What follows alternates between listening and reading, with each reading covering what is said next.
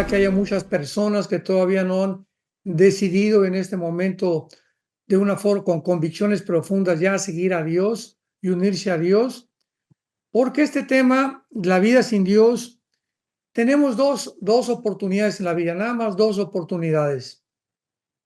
Vivir en esta vida con Dios o vivir la otra vida sin Dios. Tú no puedes vivir cuando tú te mueras la otra vida con Dios, cuando en esta vida, piénsalo muy bien, cuando en nuestra vida tu vida no fue con Dios. Y cuando decimos la vida con Dios, no es solamente ir el domingo a una iglesia, persinarse o leer la Biblia una vez a la semana, o estar en un Zoom una vez a la semana. La vida con Dios, vamos a más adelante a explicarlo con más detalles, es una vida de comunión, donde se compara exactamente con el matrimonio. El matrimonio es la unión de un hombre y una mujer y que se unen delante de un juez por lo civil para unir sus vidas para siempre, a menos que por ahí brinque un conejo, ¿verdad? O que salga algo que impida que continúen viviendo lo que se llama matrimonios tóxicos. Bueno, en el matrimonio es importantísimo la comunión. Se calcula, dice uno de los principales expertos en matrimonios en Estados Unidos, que uno de los principales más grandes, el principal problema del matrimonio es la falta de comunión. O sea, el hombre y la mujer no se comunican. Entonces hay cantidad de matrimonios que viven debajo del mismo techo, pero están divorciados ya hace mucho tiempo emocionalmente. Ya no se dirigen la palabra, son como dos extraños dentro de un mismo techo. ¿Por qué? Por la falta de comunicación. Ya no van a tomarse un cafecito juntos los dos, ya no van juntos al cine de vez en cuando con sus palomitas y su refresco, ya no se agarran de la mano cuando van por un parque, ya él no le manda versos amorosos a ella. Si yo les preguntara ahorita a todos los varones, no me contestan, ¿eh? ¿Cuándo fue la última vez que le mandaste flores a tu esposa? Yo nada más oí que dijeron, desde que nos casamos, ¿verdad? Todos estos detalles tan importantes para la mujer son importantes también para Dios. Entonces, como se compara con el matrimonio, la comunión con Dios, es exactamente lo mismo. Hay personas que dicen que son cristianas, pero nunca se comunican con Dios, nunca oran, no tienen un tiempo de oración continuo, fijo, metódico, van, repito, nada más el domingo a la iglesia, etcétera, etcétera. Y esa no puede ser, no se puede llamar que tú viviste con Dios, porque la vida con Dios es una vida de comunión, de continua comunicación. Tú le hablas a Dios a través de la oración, Él nos habla a nosotros a través de las Sagradas Escrituras. Entonces la vida con Dios es lectura de la palabra de Dios y oración. Muy bien. La vida sin Dios en esta corta vida es realmente una verdadera tragedia, porque llevará inevitablemente a 5 cosas, si les quieren apuntar, 5 cosas inevitables que conducen a una persona que vive sin Dios. La primera, vas a vivir una vida humanista, no humanitaria. Vean ustedes la diferencia entre el humanismo y el humanitarismo. El humanismo es la filosofía que centra su vida en el ser humano. O sea, para la persona humanista o el filósofo humanista o la persona que no tiene a Dios, vive de esta manera. Él sabe que después de esta vida no hay nada, no hay cielo, no hay infierno, no hay Dios y si no hay Dios, todo se vale. Entonces, una persona humanista, en segundo lugar, cree que el ser humano es capaz de resolver los problemas que nos rodean actualmente y que siempre nos han rodeado, y que el ser humano tiene la capacidad para poder resolver los problemas. Somos capaces de resolver los problemas del matrimonio, somos capaces de resolver el problema con los hijos. Yo tengo demasiado inteligencia, tengo 3 doctorados para resolver mis problemas, nadie me va a enseñar. yo puedo abrirme paso, yo voy a ser una persona de éxito, etcétera, etcétera. Ese es el humanista. Está centrado y confiado en el ser humano. Entonces, este tipo de personas son, en primer lugar, humanistas que se concentran solamente en creer que el ser humano es aquel que va a poder resolver todo. Y ahorita estamos viviendo esta vida precisamente. Les he hablado varias veces de el presidente del Foro Económico Mundial. Foro Económico Mundial, búscalo en Google. Es un alemán que se llama Klaus Schwab y cada año se reúnen en Davos, en Suiza, y él continúa propagando de que vamos a ser dioses, que ellos van a desarrollar y van a idear la forma en la que debemos vivir este año, cuando hay pandemia, qué moneda se debe usar, a dónde podemos viajar. Todas estas cosas las maneja el Foro Económico Mundial. O sea, se han convertido en la élite, se han convertido en una plataforma donde ellos están dictando los protocolos. Y de esta manera, la Organización Mundial de la Salud, en la famosa pandemia, dictó los protocolos y no las naciones, porque venían todos del Foro Económico Mundial. Entonces, una persona humanista, en segundo lugar, es una persona evolucionista. Apúntalo. O sea, es una persona que cree que venimos de los animales. Bueno, si creemos que venimos de los animales, como creen los del Foro Económico Mundial, pues entonces tenemos la tecnología y tenemos la genética para mejorar la evolución, porque es el momento, dice Klaus Schwab y Noah Harari, su consejero principal, que es un judío, es el momento en que debemos ya evolucionar y proyectarnos a un transgénero para poder ir más allá de la humanidad a través de la tecnología y a través de la genética. Entonces, esto lo significa un evolucionista. Y si realmente eres una persona humanista y evolucionista, pues bueno, repetirte, todo se vale. En esta vida no hay diferencia entre yo y un gusano y un animal o un pez o un ave, porque todos somos iguales, somos animales evolucionados. Y en tercer lugar, una persona que vive de esta manera no solamente es humanista, evolucionista, sino que también absorbe y abraza la ideología del comunismo. El comunismo es una ideología basada en el ateísmo, en cuarto lugar. Para que seas ateo, tienes que ser humanista, tienes que ser evolucionista, tienes que ser completamente una persona centrada en ti misma y en la confianza en que el mundo va a ser mejor. Vamos a construir un mundo mejor, vamos a levantar un mundo mejor. Y este ha sido el sueño utópico desde el siglo pasado. Antes de la Segunda Guerra Mundial, la Primera Guerra Mundial sacudió al ser humano, conmovió al ser humano, vamos a mejorarnos y vamos a tratar de, vino la Segunda Guerra Mundial. No, pero ahora sí, ya tenemos la solución. Las Naciones Unidas. Primero era la Liga de Naciones y después se formó la ONU. No, ya con la ONU vamos a controlar que las naciones no se armen nuclearmente. La experiencia de la bomba atómica en Hiroshima y en Nagasaki fueron algo terrible, pero ahora con las Naciones Unidas y teniendo el control y formando un Consejo de Seguridad, estamos seguros que garantizamos que vamos a vivir 1000 años más. Bueno, no faltó más que 4 o 5 años para que Rusia produjera la bomba de hidrógeno. No faltó poco para que casi 15 años después, 1960, 61, los rusos ponen misiles nucleares en Cuba apuntando a Estados Unidos. El presidente Kennedy se da cuenta de esta amenaza y le dice a Nikita Khrushchev, saca tus misiles, por favor, porque va a estar una tercera guerra mundial. Después de la Segunda Guerra Mundial, fue la única vez en el siglo pasado en que el mundo estuvo a punto de una verdadera tercera guerra mundial. Si no hubieran sacado los misiles y Khrushchev no los hubiera hecho caso a Kennedy, hubiera el mundo estallado. Así que así seguimos avanzando, entramos al siglo XXI, ¿verdad?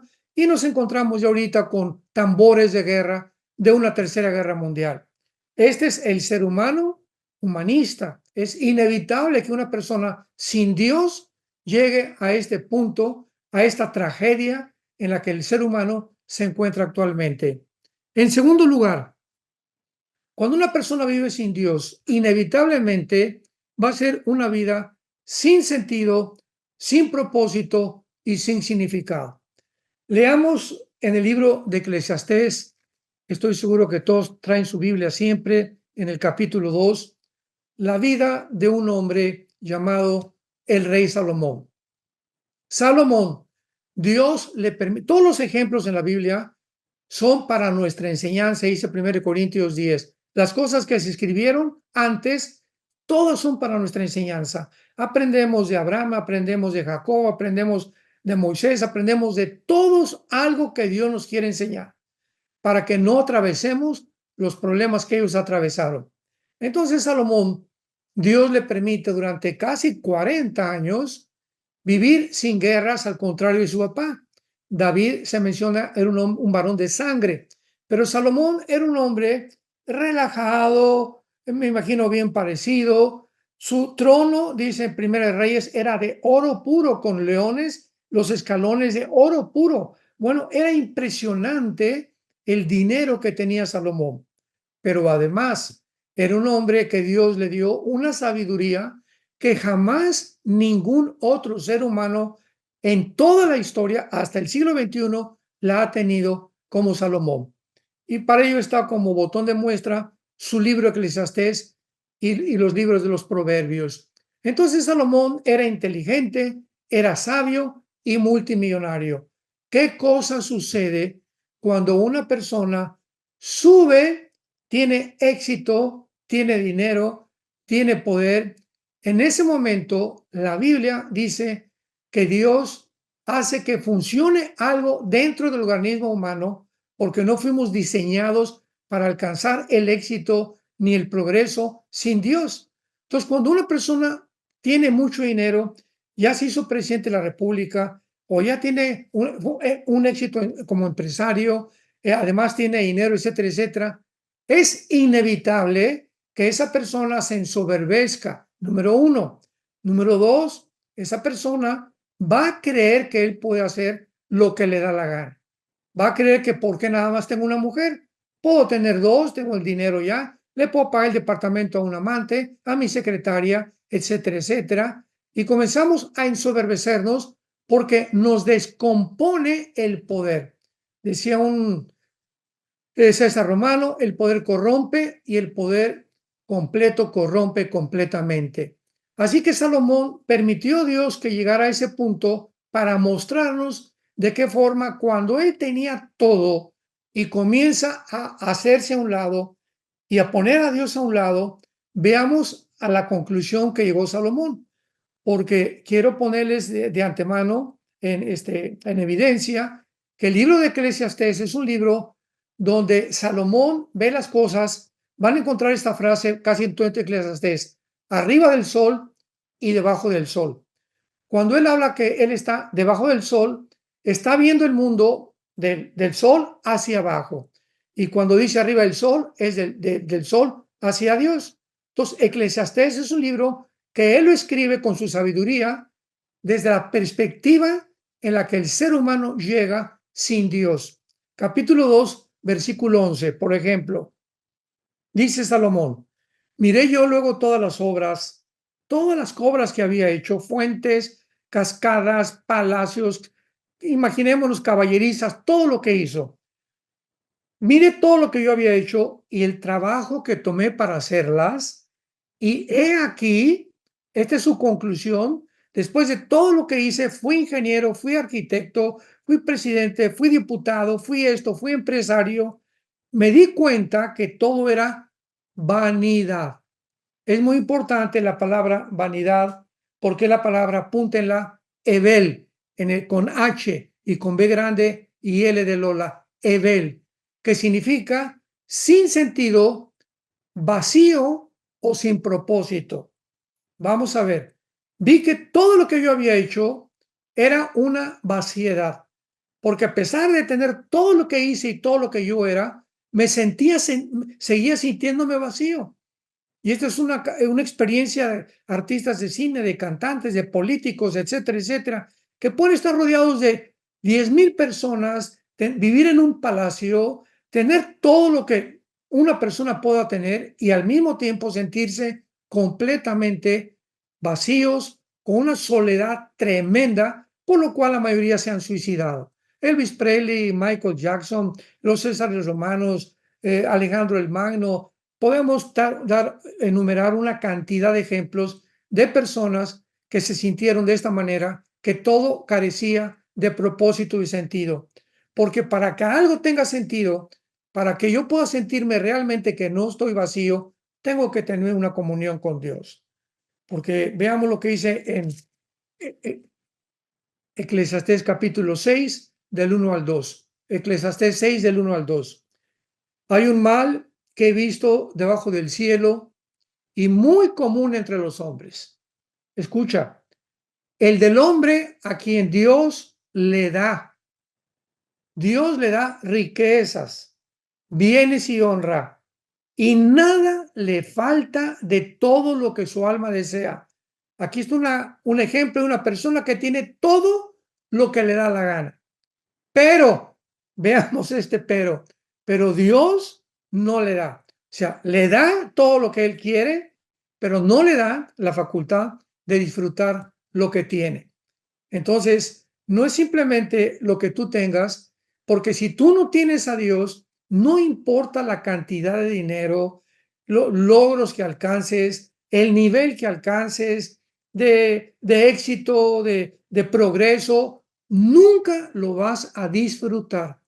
Porque para que disfrutemos Acapulco, para que disfrutemos la Riviera Maya, para que disfrutes a tus hijos, a nuestros nietos, para que disfrutemos una mañana que se levanta con sol, tenemos que tener a Dios, porque Él es el que nos da esa facultad de levantarnos en la mañana o de irme de vacaciones. Y hay personas, hombres de negocios, que se van a la Riviera Maya, se van a Acapulco, se van a Hawái y se llevan su computadora, se llevan todos sus papeles, o sea, en lugar de disfrutar el día con sus nietos, con sus hijos, ahí están con su trabajo, ¿verdad? Son huercalcólicos, como les llaman. O sea, no pueden dejar de estar completamente sumergidos en su trabajo. Cuando Dios nos dijo que podamos disfrutar por el amor de Dios a nuestros hijos. Vete con tu hijo alguna vez al cine a jugar fútbol, a jugar boliche. Disfruta a tus nietos, échatelos encima, juguetea con ellos. Pero no pueden hacer nada de esas cosas, no disfrutan la vida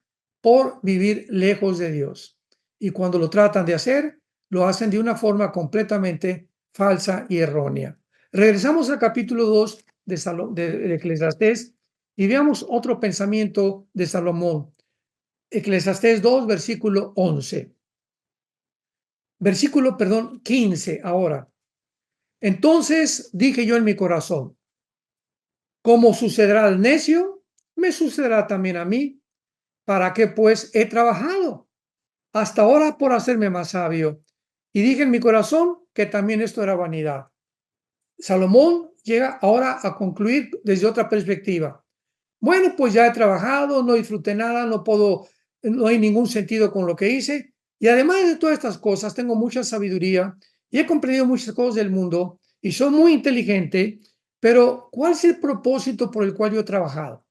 O sea, he juntado de una forma análoga en el siglo XXI, pues dice una persona, pues ya tengo 10 millones de pesos, ya llegué a los 50 millones de pesos, 30 millones de pesos, ¿y qué? Y cuando tú te mueras, pregunta, es lo que Salomón nos trata de decir, cuando tú te mueras, compadre, ¿qué vas a hacer con ese dinero? ¿A quién se lo vas a dejar?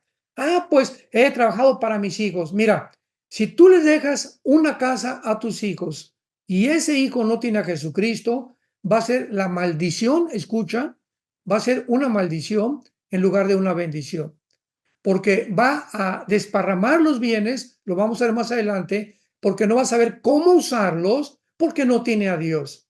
Pero si tú te mueres y no les dejas nada a tus hijos, pero les dejaste el testimonio de la vida de Jesucristo, te aseguraste en tu vida que pasaste el tiempo con ellos, les hablaste, dices el testimonio que realmente que Jesús es real, se convencieron tus hijos que Jesús es real por tu testimonio, por cómo te tratabas a su mamá, cómo los tratabas a ellos, cómo mirabas a las mujeres cuando andabas con ellos solo en las calles o en los centros comerciales. Y cuando tú te mueras, ese hijo está garantizado que nunca lo dejará Jesucristo, porque es la garantía más grande que le podemos dar a nuestros hijos, que podamos morir en paz sabiendo que ellos caminan con el Señor Jesucristo y no al contrario.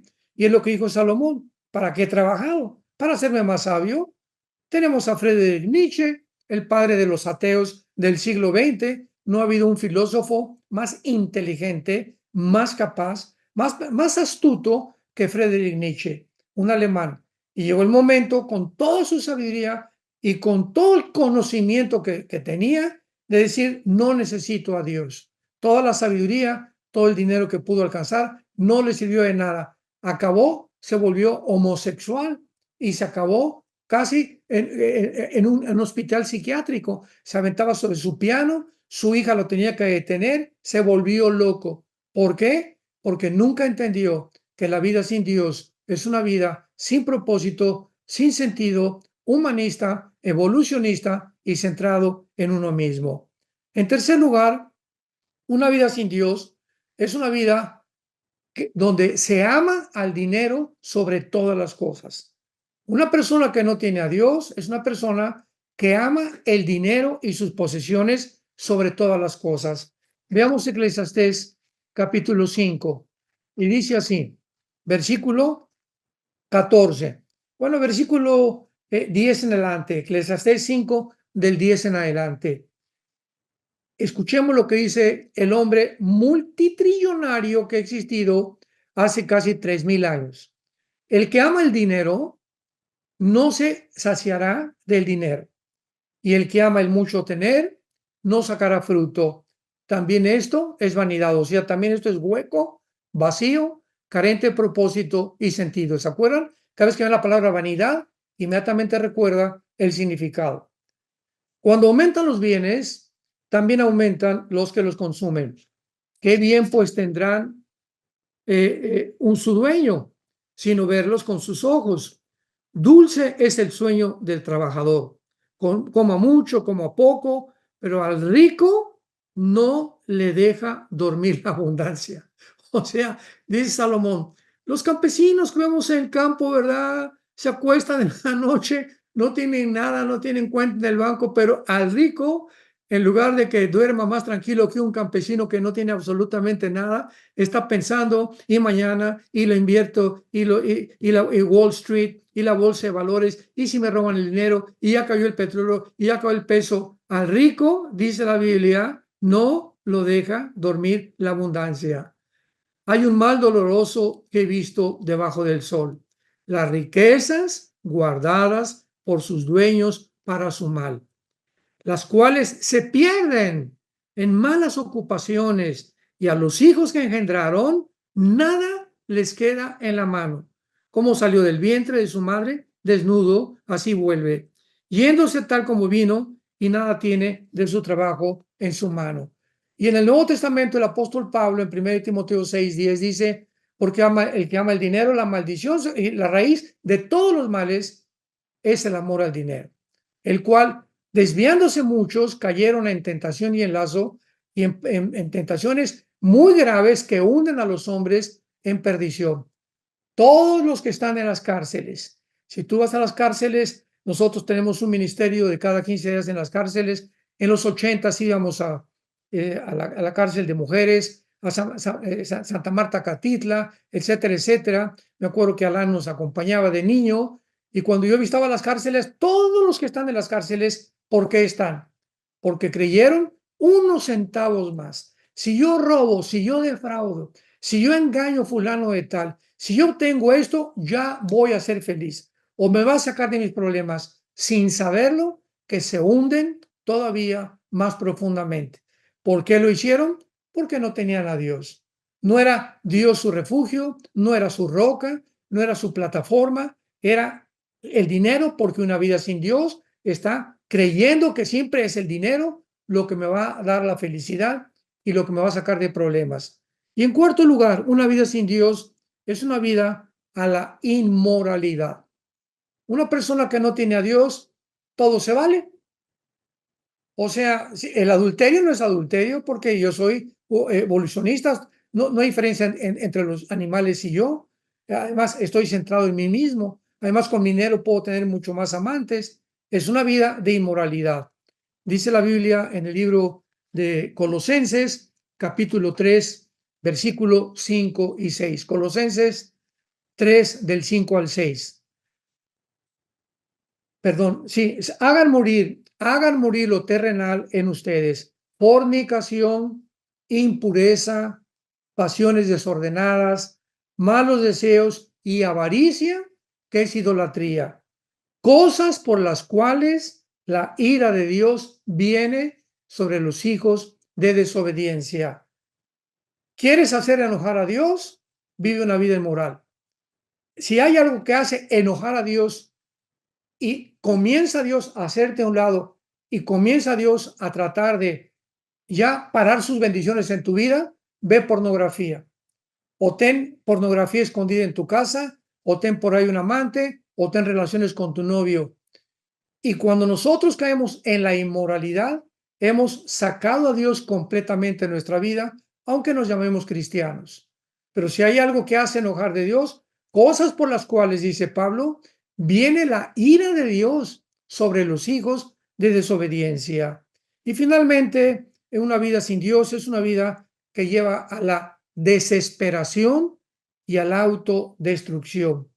Dice la Biblia en Jeremías capítulo 2, versículo 13, porque dos males, Jeremías 2, 13, dos males ha hecho mi pueblo. Uno, me dejaron a mí puente de agua viva y cavaron para sí cisternas rotas que no retienen agua.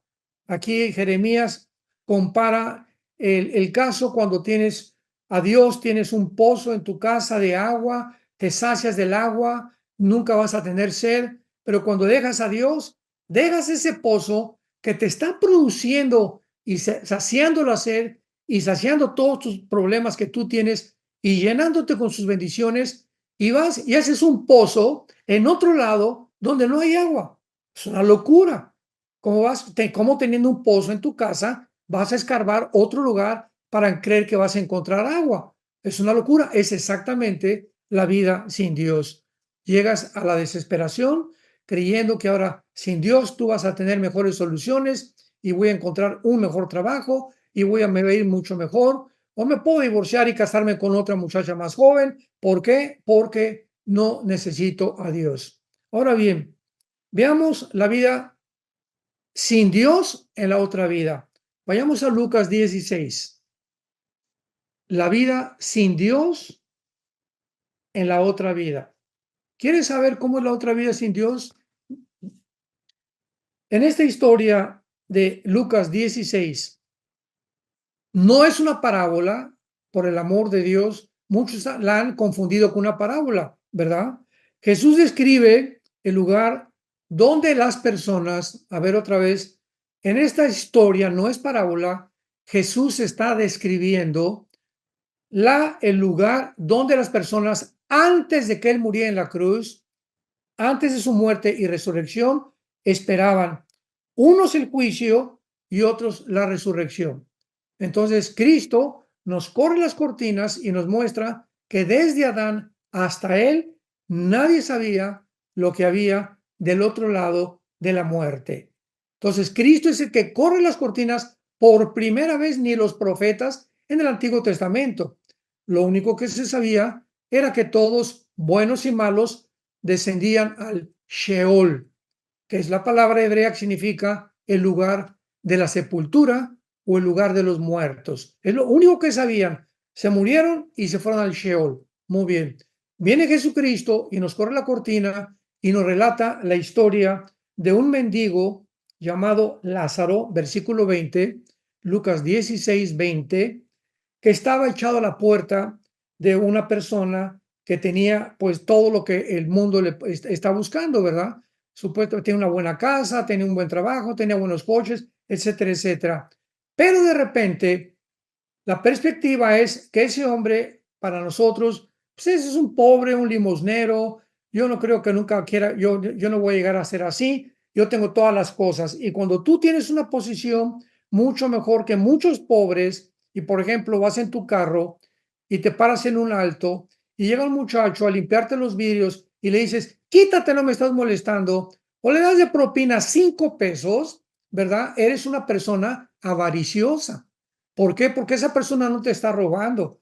Cualquier trabajo es bueno y honroso y digno. Hasta los boleros que limpian los zapatos, hasta los sirvientes que te hacen la comida o que te barren tu casa, tenemos que considerar que el que se ocupa en el pobre, Dios lo bendice. Y cuando no hacemos eso y comenzamos a creer que somos superiores y quítate de aquí, o el bolero, quítate aquí, no me estés molestando, ya me manchaste mis zapatos, tonto, o comenzamos a insultar a la gente o a los indígenas sintiéndonos nosotros mejor que ellos, ten mucho cuidado porque tu cristianismo es una fanfarronada.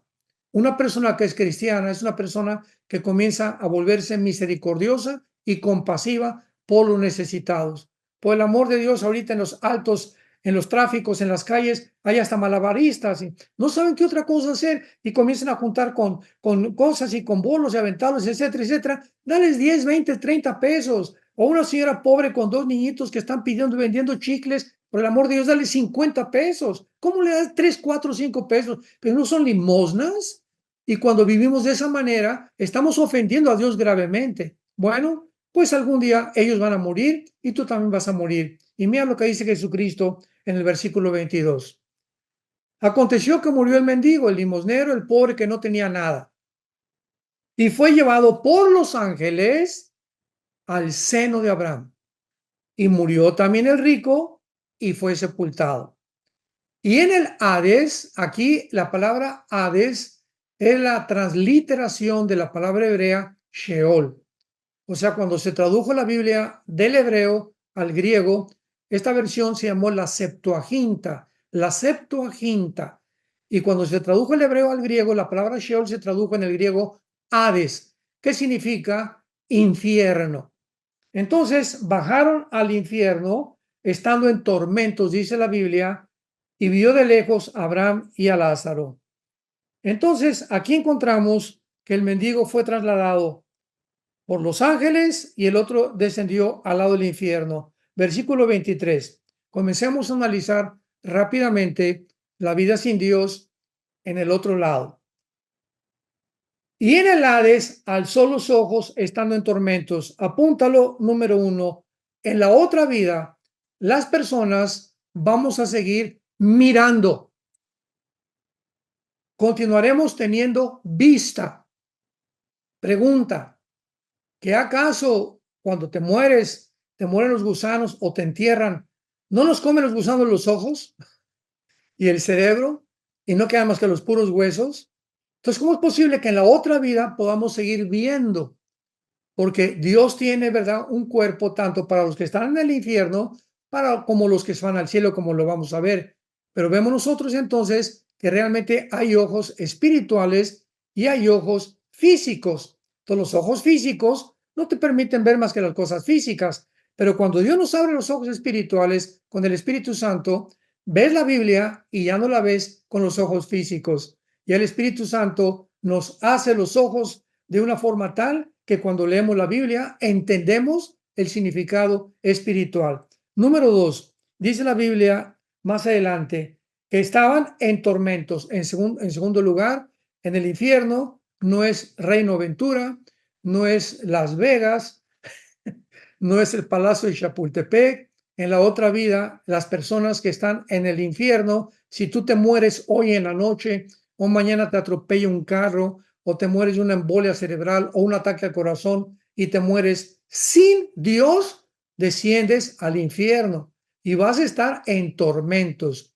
Dice el versículo 24. Entonces él dando voces. Número 3, dentro del infierno va a poder comunicarse las personas.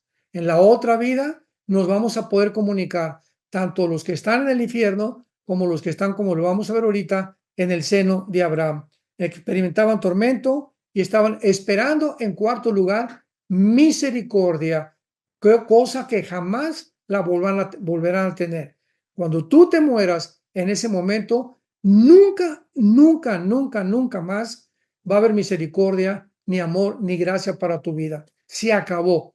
La única oportunidad, la única, escucha esto, qué terrible es y qué grave y qué cosa más desagradable creer que puedes tú morir y puedes seguir disfrutando.